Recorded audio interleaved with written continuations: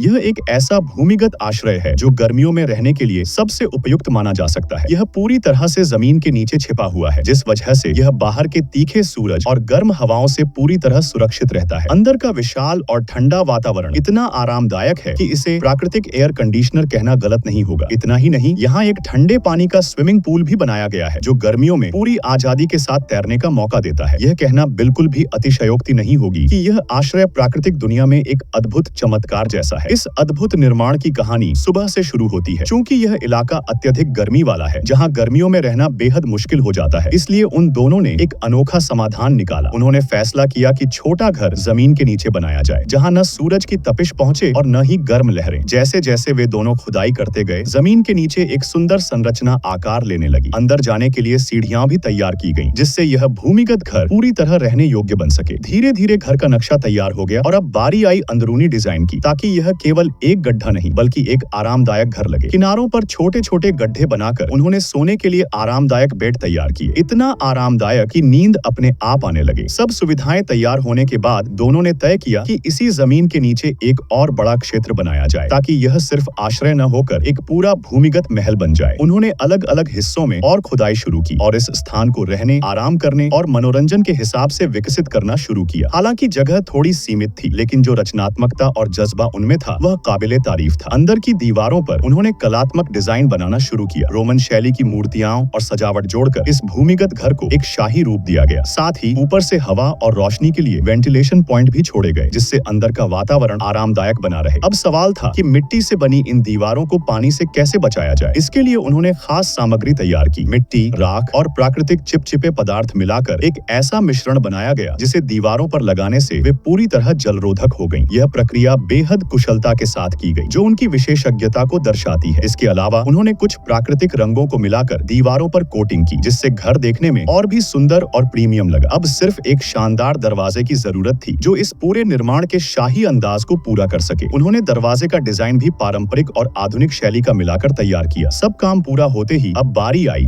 सबसे खास हिस्से की, पानी के स्विमिंग पूल की। दोनों ने एक लंबी नहर बनाकर पहाड़ी के ऊपर से बहते प्राकृतिक झरने का पानी सीधे अपने भूमिगत आश्रय तक पहुंचाया। जैसे जैसे पूल में पानी भरता गया, दोनों के चेहरे पर खुशी साफ झलक रही थी। इस शांत और ठंडी जगह में अब वे सिर्फ एक ही चीज करना चाहते थे, खुद को इस ठंडे पानी में डुबोकर गर्मी को पूरी तरह पीछे छोड़ देना।